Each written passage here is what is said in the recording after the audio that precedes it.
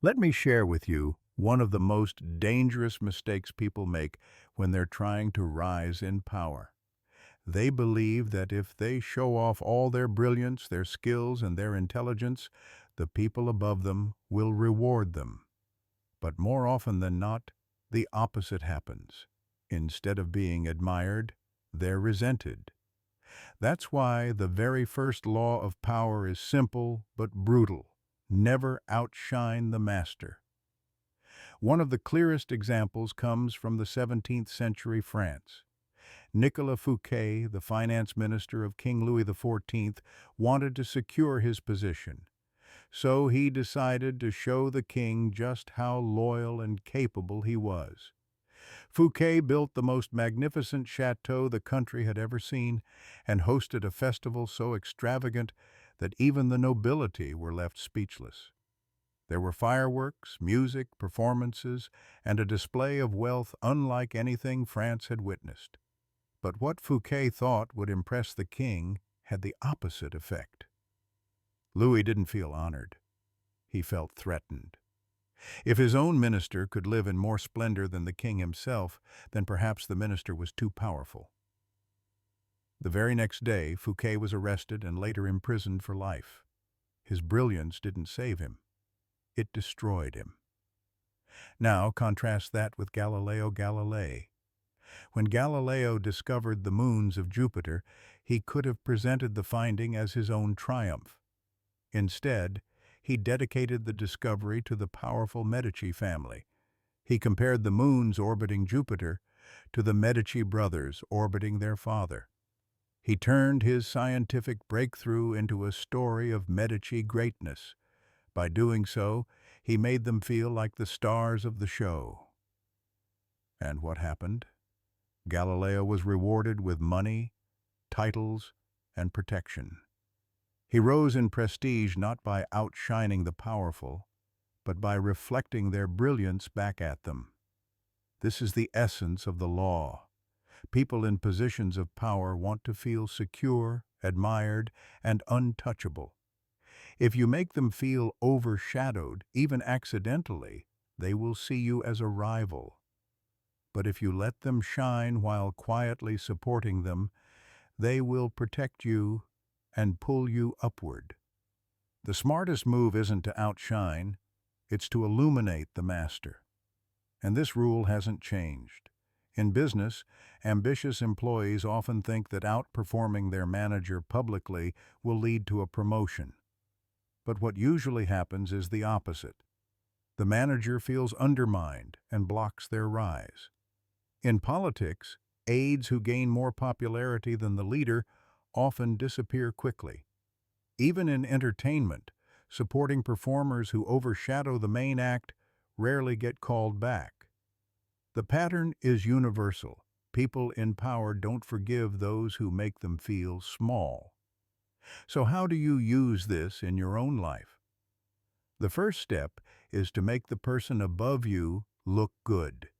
If you have a great idea, frame it in a way that makes them look brilliant for encouraging it. Second, avoid bragging around people who are insecure. Your shine is their shadow. Third, practice humility on purpose. Even when you know the answer, ask questions that allow others to feel wise. Fourth, always give credit upwards. And finally, only reveal your full power when the person above you is truly finished and there's no risk of retaliation. Are there exceptions? Rarely. Sometimes, when the master is weak, collapsing, or losing grip, stepping into the spotlight is the only way to seize power for yourself.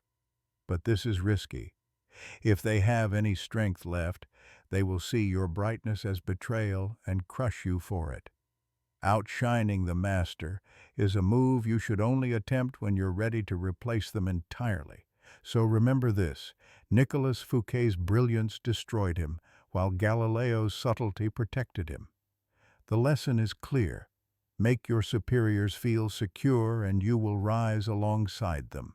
Make them feel threatened and you'll be cast into the shadows. That is the first law of power. Never outshine the master. In the next lesson, we'll uncover another trap. Why putting too much trust in friends can be deadly, and why your enemies might actually be the allies you need most. Most people make a dangerous mistake when they step into power. They put blind trust in their friends. It feels natural. Friends are familiar, they seem safe, and they share your world. But history shows us again and again that friends can be your greatest risk. They envy, they resent, and they often betray. Enemies, on the other hand, once converted, can become your most loyal supporters. That's the paradox of law, too. Never put too much trust in friends. Learn how to use enemies. Let me take you back to Byzantium. Emperor Michael III raised his childhood friend, Basilius, from nothing to the highest levels of power. Basilius had been a stable boy, but Michael trusted him with wealth, authority, and influence. The emperor believed his friend would always remain loyal, but the higher Basilius climbed, the more ambitious he became.